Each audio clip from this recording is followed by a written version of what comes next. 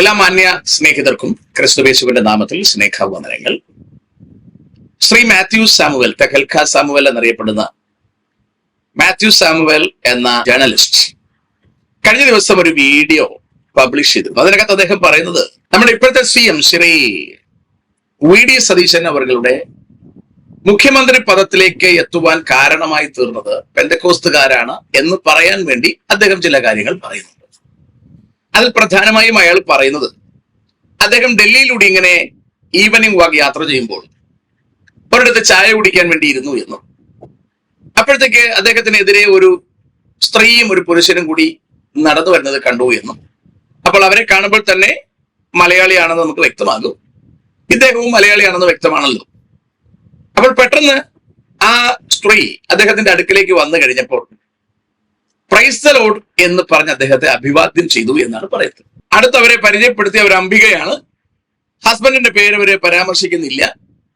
ഏതായാലും അവരെല്ലാം അവിടുത്തെ ഉന്നത ഉദ്യോഗസ്ഥന്മാരാണെന്ന കാര്യങ്ങളൊക്കെ ശ്രീ മാത്യു സാമുവൽ പരിചയപ്പെടുത്തുകയാണ്. അതിൽ മാത്യു സാമുവലിനെ വളരെയധികം ചിന്തിപ്പിക്കുന്ന കാര്യം, ഇവരൊക്കെ മറ്റു മതസ്ഥരായിരുന്നു. ഡൽഹിയിൽ ചെന്ന ശേഷം ഇവരൊക്കെ ക്രൈസ്തവരായി മാറിയിരിക്കുന്നു. അതാണ് അയാൾ വല്ലാതെ ആശ്ചര്യപ്പെടുത്തിയിരിക്കുന്ന കാര്യം. അപ്പൊ ക്രൈസ്തവരായി മാറിയിരിക്കുന്ന അംബിക മേഡവും ഹസ്ബൻഡും ഈ മാത്യു സാമുവലിനെ അവരുടെ വീട്ടിലേക്ക് ക്ഷണിച്ചു. അങ്ങനെ ഒരു ദിവസം അയാൾ വീട്ടിലേക്ക് ചെന്നു എന്നും അതിനകത്ത് പരാമർശിക്കുന്നു. ചെല്ലുമ്പോൾ അംബിക മേഡത്തിന്റെ സഹോദരൻ അപ്പു എന്ന് വിളിക്കുന്നയാള് പാസ്റ്ററായിട്ട് 5 കൊല്ലമായി അവിടെ സേവനമനുഷ്ഠിക്കുകയാണ്. അപ്പോൾ ഈ അംബിക ആന്റി മാത്യു സാമുവലിനോട് പറഞ്ഞു പോലും, നിങ്ങൾ ബ്രദർ VD സതീശന് എതിരായി സംസാരിക്കരുത്. VD സതീശനാണ് കേരളത്തിന്റെ മുഖ്യമന്ത്രിയാകേണ്ടത്. അപ്പോൾ ഈ കാര്യങ്ങളൊക്കെ മാത്യു സാമുവലിനെ വല്ലാതെ ആശ്ചര്യപ്പെടുത്തിയിരിക്കുന്നു. അയാളുടെ സംസാരത്തിൽ പെന്തക്കോസ്തുകാരുടെ ഏതാണ്ട് പ്രാർത്ഥന കൊണ്ടാണ്, അല്ലെങ്കിൽ അവരുടെ ഏതാണ്ട് കൂടോത്രം കൊണ്ടാണ് ശ്രീ VD സതീശൻ ഭരണത്തിലെത്തിയത് എന്നാണ് അവരുടെ നിഗമനം. അതിൽ എത്രത്തോളം സത്യമുണ്ട് എന്നൊന്നും എനിക്കറിയില്ല. വാസ്തവത്തിൽ പെന്തക്കോസ്തുകാർ VD സതീശൻ വരുന്നതിനോടോ പിണറായി വരാതിരിക്കുന്നതിനോടോ യോജിച്ച് പ്രാർത്ഥിക്കുന്നവരൊന്നുമല്ല. പെന്തക്കോസ്തുകാർ നാടിന്റെ ക്ഷേമം ഉണ്ടാകണമെന്ന് ആഗ്രഹിക്കുന്നവരാണ്. ക്രമസമാധാന നില മെച്ചപ്പെടണമെന്ന് ആഗ്രഹിക്കുന്നവരാണ്. ആൾക്കാർക്ക് നന്നായി ജീവിക്കത്തക്ക ഒരു സൗകര്യം ഉണ്ടാകണമെന്ന് ആഗ്രഹിക്കുന്നവരാണ്. എല്ലാറ്റിനും മീതെ ഒരു ആരാധന സ്വാതന്ത്ര്യവും സൗകര്യവും ഉണ്ടാകണമെന്ന് സാധാരണ ആഗ്രഹിക്കുന്നവരാണ്. ഇതിനപ്പുറത്തൊരു ആഗ്രഹമൊന്നും അവർക്കില്ല. പിണറായി വിരോധമൊന്നും അവർക്കില്ല. VD സതീശനോട് പ്രത്യേക അനുരാഗവും ഉണ്ടെന്ന് എനിക്ക് തോന്നുന്നില്ല. BJPയോടൊരു വല്ലാത്ത വെറുപ്പും ഉണ്ടെന്ന് എനിക്ക് തോന്നുന്നില്ല. അങ്ങനെയൊന്നും വാസ്തവത്തിൽ പെന്തക്കോസ്തുകാരുടെ ഇടയിൽ നമുക്ക് കാണാൻ കഴിയില്ല. നാട്ടിൽ നല്ലൊരു ഭരണം വരണം, നല്ലൊരു വ്യക്തി എത്തണം എന്നുള്ള പ്രാർത്ഥന ദൈവം കേട്ടു എന്ന് വേണമെങ്കിൽ പറയാം. VD സതീശന്റെ ആഗമനം, VD തന്നെ വരണമെന്നൊന്നും ഇവിടെ ആരും പ്രാർത്ഥിച്ചിട്ടുള്ളതായിട്ട് എനിക്ക് തോന്നുന്നില്ല. നമ്മുടെ നാട് നശിച്ചു പോകാതെ ഇതിനെ നല്ല രീതിയിൽ കൊണ്ടുപോകാൻ അതിന് VDക്ക് കഴിയുമെന്ന് എനിക്ക് തോന്നുന്നു. കഴിഞ്ഞ ദിവസങ്ങളിൽ കണ്ടു അയാളുടെ ഒരു ചിരിയെ കണ്ടിട്ട് പൂക്കി CM എന്ന് പറയുന്ന ആൾക്കാർ ഇങ്ങനെ പരിചയപ്പെടുത്തുന്നുണ്ട്. വാസ്തവത്തിൽ 10 വർഷത്തെ ഒരു ഗൗരവ ഭരണം കഴിഞ്ഞ് ശരിക്കും ഒരു ജനകീയ സർക്കാർ വന്നൊരു ഫീല് തോന്നുന്ന പോലും വാസ്തവത്തിൽ ഇപ്പോഴാണ്. അതെനിക്കോട് പത്രക്കാർക്കും ഒരു ഊർജം പകർന്നിട്ടുണ്ടെന്ന് എനിക്ക് തോന്നുന്നു. ആ മനുഷ്യൻ വേദിയിലേക്ക് വരുമ്പോൾ ആർക്കും ഒരു പേടിയില്ലെന്ന് പറഞ്ഞാൽ ബഹുമാനമില്ലെന്നല്ല അതിന്റെ അർത്ഥം. ആൾക്കാർക്കൊരു സ്നേഹമുണ്ട്, ഒരു സന്തോഷമുണ്ട്, ഒരു പ്ലസന്റ് മൂഡുണ്ട്. പത്രസമ്മേളനത്തിൽ ചെല്ലുമ്പോൾ ഒരു ചായ കൊടുത്താൽ പോലും അത് സന്തോഷത്തോടെ കുടിക്കാൻ അവർക്ക് കഴിയും. കാരണം മുമ്പിൽ വരുന്നത് ഒരു സിംഹമോ കടുവയോ അല്ല. It is easy to handle, easy to communicate എന്നുള്ള ഒരു മെസ്സേജ് ഒരു വലിയ കാര്യം തന്നെയാണ്. അത് മോദിയിൽ പോലും ലഭിക്കുന്നില്ല എന്നുള്ളതാണ് പ്രത്യേകത. പക്ഷെ അത് ഈ 2-3 ദിവസത്തെ ഭരണം കാണുമ്പോൾ VDയിൽ അത് വല്ലാതെ ഉണ്ട്. VDയുടെ ഒരു കപ്പാസിറ്റി, അഡാപ്റ്റബിലിറ്റിയാണ്. ഏത് സാഹചര്യത്തോടും പെട്ടെന്ന് ഇഴുകിച്ചേരാനുള്ള ഒരു കപ്പാസിറ്റി, അത് നല്ലതാണ്. ഒരു രാഷ്ട്രീയക്കാരന് വേണ്ടുന്ന ഒരു മെയ്വഴക്കമാണ്, അത് VDക്കുണ്ട്. അതുകൊണ്ട് VD ഇന്നയാളുടെ സ്വത്താണെന്ന് പറയാൻ പറ്റില്ല എന്നുള്ളതാണ് ഞാൻ ഈ പറഞ്ഞു വരുന്നതിന്റെ കാരണം. ബ്രദർ VD സതീശൻ എന്ന് അംബിക ആന്റി പറഞ്ഞത് കൊണ്ട് ഇയാൾ പെന്തക്കോസ്തുകാരനല്ലേ. ഇനി ഇദ്ദേഹം ഭരണത്തിലേക്ക് എത്തിക്കഴിഞ്ഞപ്പോൾ പെട്ടെന്ന് തന്നെ ജനഹൃദയങ്ങളിലേക്ക് കയറിപ്പറ്റി എന്ന് പറയാൻ കാരണം, ആശാമാർക്ക് 21 രൂപയാക്കണമെന്ന് പറഞ്ഞിട്ട് 12 ആക്കിയല്ലോ, 9 നിന്ന് 12 ആക്കിയല്ലോ, ബാക്കി വൈകാതെ ആക്കാമെന്ന് അയാൾ ആവശ്യപ്പെട്ട് പറഞ്ഞിട്ടുണ്ട്. അതുപോലെ ഒരുപാട് കാര്യങ്ങൾ. സ്ത്രീകളെ ഇപ്പോ ഫ്രീ ആയിട്ട് യാത്ര ചെയ്യിപ്പിക്കാനൊന്നും കേരളത്തിൽ പറ്റിയ സാഹചര്യമായിട്ടില്ല, അതിനുള്ള സാമ്പത്തിക അടിത്തറ ആയിട്ടില്ല. അതാകുന്ന സാഹചര്യത്തിൽ അതുണ്ടാകുമെന്ന് ഞാൻ വിശ്വസിക്കുന്നു. നിശ്ചയമായും ഉണ്ടാകും. നമുക്കറിയാം 2020 പഞ്ചായത്ത് ഭരിക്കുന്ന സ്ഥലമൊക്കെ ഒരുപാട് സമ്പത്ത് അവർക്ക് ഫ്രീ വരിക. അങ്ങനെയാണെങ്കിൽ അത്തരത്തിലൊരു മൈൻഡ് സെറ്റോടുകൂടി കേരളം ഭരണത്തിൽ വന്നാൽ അത്തരത്തിൽ സാമ്പത്തികമായ നമുക്ക് എക്സസ് ഉണ്ടാകുമെന്നതിന് സംശയമൊന്നും വേണ്ട.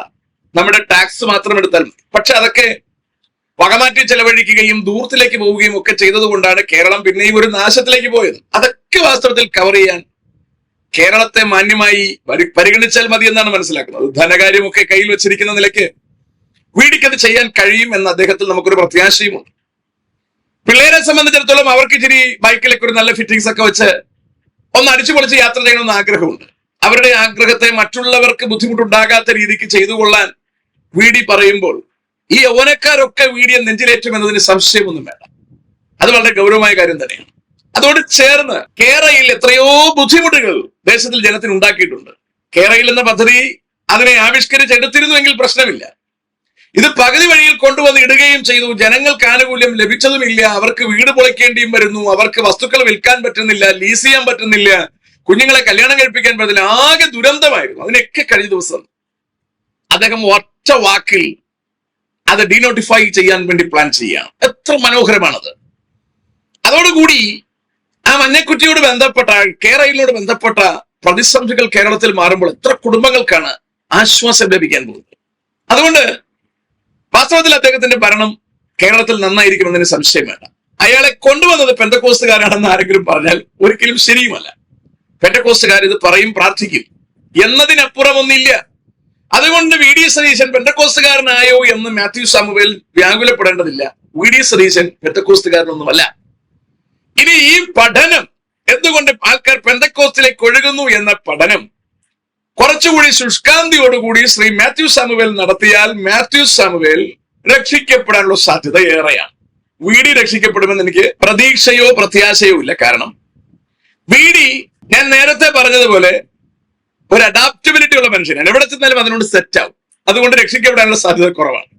അയാൾ ഒരു നല്ല പൊളിറ്റീഷ്യനായി തുടരും. മാത്യു സാമുവേൽ അങ്ങനെയല്ല.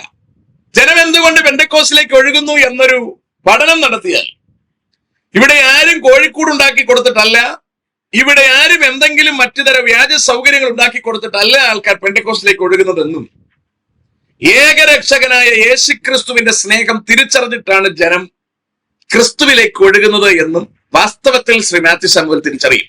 അങ്ങനെയാണെങ്കിൽ മാത്യു സാമുവേലിന് രക്ഷിക്കപ്പെടാനുള്ള ഒരു സാധ്യത കാണുന്നുണ്ട്. വീഡിയെ സംബന്ധിച്ചിടത്തോളം കാണുന്നില്ല. കാരണം വീടിയുടെ കാഴ്ചപ്പാട് വേറെയാണ്. വീടിക്ക് ക്രിസ്തുവിനെ അറിയാമോ എന്ന് ചോദിച്ചാൽ അറിയില്ല.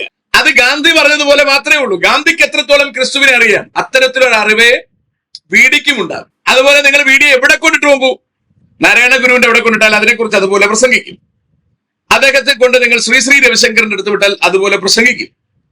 ഇസ്ലാമിന്റെ അടുത്ത് കൊണ്ടിട്ടാൽ അതുപോലെ പ്രസംഗിക്കും. ഹിന്ദുവിന്റെ അടുത്ത് കൊണ്ടിട്ടാൽ അതുപോലെ പ്രസംഗിക്കും. ക്രൈസ്തവന്റെ അടുത്ത് തന്നെ മലങ്കര ചർച്ചിൽ കൊണ്ടിട്ടാൽ അതുപോലെ, കാത്തലിക്കിൽ കൊണ്ടിട്ടാൽ അതുപോലെ, പെന്തക്കോസ്തിൽ കൊണ്ടിട്ടാൽ അതുപോലെ എന്ന് പറഞ്ഞാൽ എവിടെ കൊണ്ടിട്ടാലും അതിന്റെ കൃത്യമായ രീതിയിൽ അഡാപ്റ്റ് ചെയ്ത് പ്രസംഗിക്കാൻ പുള്ളിക്ക് കഴിയും. അത് പുള്ളിയുടെ ഒരു മെയ്വഴക്കമാണ്.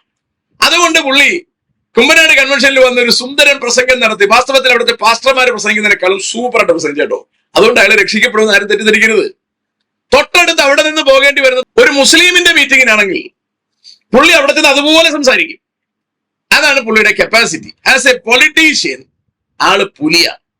ഇയാളിലൂടെ നമുക്ക് കേരളത്തെയും വേണ്ടി വന്നാൽ ഗുജറാത്തിൽ നിന്ന് ഭാരതത്തിന്റെ നെറുകയിലേക്ക് കയറി വന്ന മോദിയെ പോലെ നമ്മുടെ ഭാരതത്തിന്റെ നെറുകയിലേക്കും കൊണ്ടുവരാൻ കഴിയുന്ന ഒരാളാണ്. അതിനുള്ള കാലിബർ ഉള്ള ആളാണ് നമ്മുടെ വി ഡി. അതുപോലെ തന്നെ ഡി കെ ശിവകുമാർ. ഇവരൊക്കെ നല്ല മിടുക്കന്മാരാണ്, കരുത്തന്മാരാണ്. വിജയും അതേ മൈൻഡോടുകൂടി കയറി വരുന്നതാണ്. അതാണ് ദക്ഷിണേന്ത്യയിൽ നല്ല മിടുക്കന്മാർ കയറി വരികയാണ്. ഉത്തരേന്ത്യയിൽ അത്തരത്തിൽ വരുന്നില്ല. കാരണം അതിന് വേറെ ചില കാരണങ്ങളുണ്ട്. ഇനി വരില്ലെന്ന് നമുക്ക് പറയാനൊന്നും പറ്റത്തില്ല. അടുത്ത ഇലക്ഷനോട് കൂടിയൊക്കെ പിണറായിയെ പോലെ ഇരട്ടച്ചങ്കനായിട്ട് നിൽക്കുന്ന മോഡിയൊക്കെ ചിലപ്പോ പറഞ്ഞു പോയെന്ന് വന്നേക്കാം. ഇതുപോലെ മിടുക്കന്മാർ പല സ്ഥലങ്ങളിൽ കയറി വരും. അതാണ് നമ്മുടെ സമൂഹത്തിന്റെ രീതി. അത് അതിന്റെ വഴിക്ക് പോട്ടെ. അതിനോട് ചേർന്ന് ഒരു കാര്യം കൂടി പറഞ്ഞ് ഞാൻ എന്റെ സംഭാഷണം അവസാനിപ്പിക്കുവാൻ താല്പര്യപ്പെടുക. ഒരു പ്രവാചകൻ, അടൂരുള്ള ഒരു പ്രവാചകന്റെ അടുക്കൽ വീടി നേരത്തെ ചെന്ന ഒരു വീഡിയോ ഇപ്പൊ ഇങ്ങനെ പ്രചരിക്കുന്നുണ്ട്. അവിടെ ചെന്നപ്പോൾ അയാൾ ചില പ്രവചനങ്ങൾ പറഞ്ഞു. അതിൽ പ്രധാനപ്പെട്ട ഒന്ന്, താങ്കൾ പ്രതിപക്ഷ നേതാവ് എന്ന ഭരണം തീർത്ത ശേഷം താങ്കൾ ടീം UDF നയിക്കും. എനിക്ക് തോന്നുന്നു ആ പദം പോലും അന്നുണ്ടായിരുന്നോ എന്ന് എനിക്കറിയില്ല. അപ്പൊ ടീം UDF നിങ്ങൾ നയിക്കുമെന്നും നിങ്ങൾ 100-ലധികം സീറ്റോടുകൂടി കേരളത്തിൽ വിജയിക്കുമെന്നും നിങ്ങൾ മുഖ്യമന്ത്രിയായി വരുമെന്നും നിങ്ങൾക്കെതിരെ 2 സാമുദായിക നേതാക്കന്മാർ സംസാരിക്കുമെന്നും ഒക്കെ വളരെ സൂപ്പറായി സംസാരിക്കുക. നല്ലൊരു സൂപ്പർ പ്രവചനമാണ്, കറതീർന്ന പ്രവചനമാണ്. അതുകൊണ്ട് അത് ദൈവികമാണോ എന്ന് ചോദിച്ചാൽ എനിക്കറിയില്ല.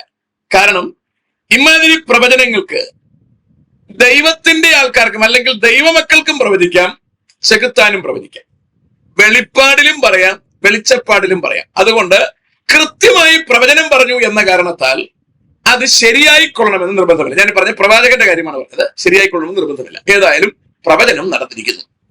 അത് വെളിച്ചപ്പാടം പറഞ്ഞാലും കറ തീർന്ന് കറക്റ്റ് ആയിരിക്കും, വെളിപ്പാടി പറഞ്ഞാലും കറക്റ്റ് ആയിരിക്കും. ഇത് ഏതാണെന്നുള്ളത് അതൊക്കെ അവരുടെ ഡിപ്പാർട്ട്മെന്റാണ്, ഞാനുമായി ബന്ധപ്പെട്ട കാര്യമേ അല്ല. ഞാൻ പറഞ്ഞ ഒറ്റ കാര്യമുള്ളൂ, പ്രവചനം പറഞ്ഞത് ശരിയായത് കൊണ്ടും അത് കൃത്യമായിരുന്നത് കൊണ്ടും ആ പ്രവാചകനോ അയാൾ ചെയ്യുന്ന ശുശ്രൂഷകളോ ശരിയാണെന്ന് വിലയിരുത്താൻ കഴിയില്ല. കാരണം ആവർത്തന പുസ്തകം 13-ാം അധ്യായത്തിൽ പറയുകയാണ്, നിങ്ങളോട് ഒരുത്തൻ വന്ന് പ്രവചനം പറയുകയും അത് അങ്ങനെ തന്നെ സംഭവിക്കുകയും ചെയ്താൽ നിങ്ങളെ ദൈവത്തിൽ നിന്ന് അവൻ വഴിതെറ്റിക്കുന്നു എങ്കിൽ അവനെ കല്ലെറിഞ്ഞു കൊല്ലണം. അങ്ങനെയാണ് പറയുന്നത്. എന്ന് പറഞ്ഞാൽ പ്രവചനമല്ല പ്രധാനം, നമ്മളെ നിത്യതയിലേക്ക് നടത്തുന്നില്ല എങ്കിൽ ആ പ്രവാചകൻ വേസ്റ്റ് ആണ്. കള്ളനോട്ടും ഒറിജിനൽ നോട്ടും പോലെ അതിനകത്ത് വ്യത്യാസം. എന്ന് പറഞ്ഞാൽ കള്ളനോട്ട് നമ്മുടെ അതിന്റെ എൻഡ് എന്ന് പറയുന്ന രാജ്യദ്രോഹമാണ്. ഒറിജിനൽ നോട്ട് കയ്യിലിരിക്കുന്നത് അത് ഒരു മഹത്വമാണ്. അപ്പോൾ ഇതിന്റെ എൻഡിലേ അറിയാൻ പറ്റുള്ളൂ. അതൊക്കെ അതിന്റെ കണക്കിന് പോട്ടെ, നമ്മൾ ആ ഭാഗം ഒന്നും എടുക്കണ്ട. ഇപ്പോഴത്തെ എടുക്കേണ്ട വിഷയം, വീടിക്ക് വേണ്ടി പറഞ്ഞ പ്രവചനം അതുപോലെ സംഭവിച്ചു. അതുകൊണ്ട് പെന്തക്കോസ്തുകാർ അതിനുവേണ്ടി പ്രാർത്ഥിച്ചു എന്നൊന്നും ഞാൻ മനസ്സിലാക്കുന്നില്ല. അങ്ങനെ ഒരു പ്രവചനം പണ്ടെങ്കിൽ ഞങ്ങൾ കേട്ടിരുന്നുമില്ല, അന്ന് സംഭവം ഉണ്ടായിരുന്നിരിക്കാം. ആ കാര്യങ്ങൾ അതുപോലെ നടന്നത് കൊണ്ടാണ് ഇപ്പോൾ ആ കാര്യത്തെ അവർ ഉയർത്തിക്കൊണ്ടുവരുന്നത്. അത് കറക്റ്റാണ്. ആ പ്രവചനം ഉണ്ടായിരുന്നത് കൊണ്ട് പെന്തക്കോസ്തുകാർ ഈ പ്രവചനം വെച്ച് പ്രാർത്ഥിച്ചെന്നൊന്നും കരുതരുത്. ആ പ്രവാചകന്റെ അടുത്ത് ചെന്നപ്പോൾ അയാളുടെ ഇഷ്ടം കൊണ്ടാണ് ഇങ്ങനെയൊക്കെ പറഞ്ഞതെന്നും കരുതരുത്. അയാളിൽ ഏതോ ഒരു സ്പിരിറ്റ്, രണ്ടിലൊരു സ്പിരിറ്റ് കടന്നിട്ടാണ് ഇത് സംസാരിച്ചത്. സംസാരിച്ച കാര്യം കറക്റ്റ് ആയിരുന്നു എന്നുള്ളതാണ് നമ്മൾ മനസ്സിലാക്കേണ്ടത്. അല്ലാതെ പെന്തക്കോസ്തുകാരുടെ ആഗ്രഹമൊന്നും അയാൾ പറഞ്ഞതല്ല. ഞാൻ പറഞ്ഞ കാര്യങ്ങൾ മനസ്സിലാവുന്നു എന്ന് വിചാരിക്കുന്നു. പെന്തക്കോസ്തുകാർ ഒന്നടങ്കം ഇവരോട് ഒരുമിച്ചൊക്കെ നിന്നിരുന്നു എങ്കിൽ നമുക്കറിയാം, പത്തനാപുരത്തെ MLA കൂടെ നിൽക്കുന്ന ഇതിനേക്കാൾ ഉഗ്രൻ ചർച്ചുണ്ട്. പക്ഷേ അവർക്ക് വിജയിക്കാൻ കഴിഞ്ഞില്ല. അപ്പോൾ വിജയിക്കുന്നതിന് പിറകിൽ പെന്തക്കോസ്തുകാരാണെന്നൊക്കെ വിശ്വസിക്കുന്നത് അബദ്ധമാണെന്നാണ് എന്റെ ധാരണ. അത് ആൾക്കാർ വോട്ടിടുന്നതാണ്. അതിനുള്ള സാഹചര്യങ്ങൾ ഉണ്ടായി വരുന്നു എന്നുള്ളത് ശരിയായിരിക്കാം, അത് വോട്ടിടുന്നതാണ്. പിണറായിയോടുള്ള വിരുദ്ധത, നല്ലൊരു ഭരണം വരണം എന്നുള്ള ആഗ്രഹം, ഇവകളൊക്കെ കണക്കിലെടുത്തുകൊണ്ട് ആൾക്കാർ ഇപ്രാവശ്യം വോട്ടിട്ടതാണ് ഈ നിലയിൽ കൊണ്ടെത്തിച്ചത്.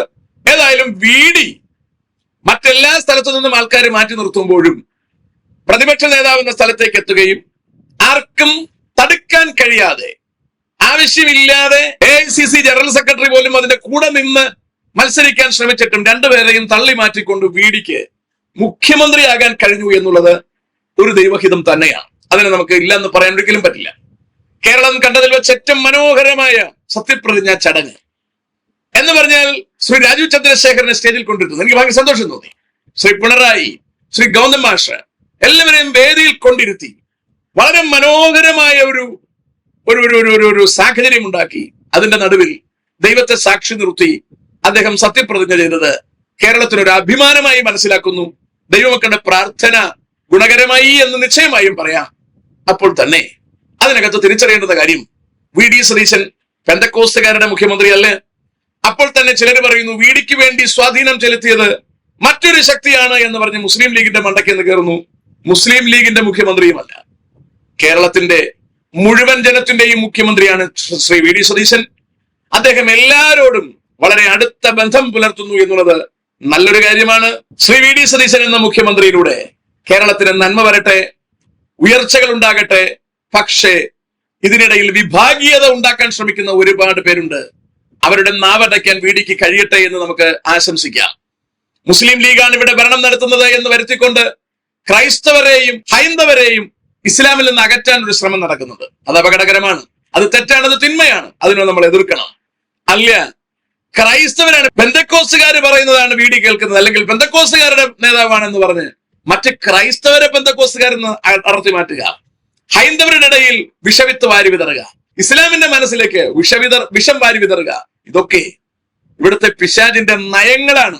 ഇവകളെ നമ്മൾ ബുദ്ധിപൂർവം പരിശോധിക്കണം, മനസ്സിലാക്കണം എന്നാണ് എനിക്ക് ഓർപ്പിക്കാനുള്ളത്. വളരെ ശ്രദ്ധയോടെ നമുക്ക് ജീവിക്കാം. ജനം പെന്തക്കോസ്തിലേക്ക് ഒഴുകുന്നത് ഏകരക്ഷകനായ യേശു ക്രിസ്തുവിനെ കണ്ടിട്ട് തന്നെയാണ്. അതിനെ തടുക്കാൻ ആർക്കും കഴിയില്ല. ശ്രീ വി ഡി സതീശൻ കേരളത്തിന്റെ അനുഗ്രഹിക്കപ്പെട്ട അനിഷേധ്യ നേതാവായി വളർന്നു വന്നിരിക്കുന്നു. അദ്ദേഹം കേരളത്തിനൊരു മാന്യതയായി മാറട്ടെ, കേരളത്തിനൊരു അനുഗ്രഹമായി മാറട്ടെ, തകർന്നുപോയ കേരള നിവാസികളുടെ ജീവിതത്തിന് ഒരു നന്മയായി അദ്ദേഹം മാറട്ടെ. അതുപോലെ തമിഴ്നാട്ടിലെ മുഖ്യമന്ത്രി വിജയ്ക്കെതിരെ ഭയങ്കരമായ പരിപാടികളാണ് അവിടെ നടക്കുന്നത്. കാരണം ദ്രവിഡിയൻസിന്റെ ഉയർന്ന കുലജാതരുടെ കയ്യിൽ നിന്ന് ഭരണം പോയി എന്ന് പറഞ്ഞ് ഭയങ്കര പരിപാടികളാണ് അവിടെ നടക്കുന്നത്. വിജയിലൂടെ തമിഴ്നാട്ടുകാർക്കും ഒരുപാട് നന്മകൾ ഉണ്ടാകട്ടെ എന്ന് ആശംസിക്കുന്നു. ദൈവം നമ്മുടെ ദേശത്തൊക്കെ അനുഗ്രഹിക്കട്ടെ. കിരാത ഭരണങ്ങൾ മാറി നല്ല ഭരണങ്ങൾ നമുക്കെല്ലാം ലഭ്യമാകട്ടെ. കർത്താവിന് വേണ്ടി ജീവിപ്പാൻ നമുക്കെല്ലാവർക്കും ഭാഗ്യമുണ്ടാകട്ടെ എന്ന് ആശംസിക്കുന്നു. നമ്മുടെ തലമുറകൾക്ക് നല്ല നല്ല ഭാവികൾ കേരള മണ്ണിൽ ഉണ്ടാകട്ടെ. May God bless everybody.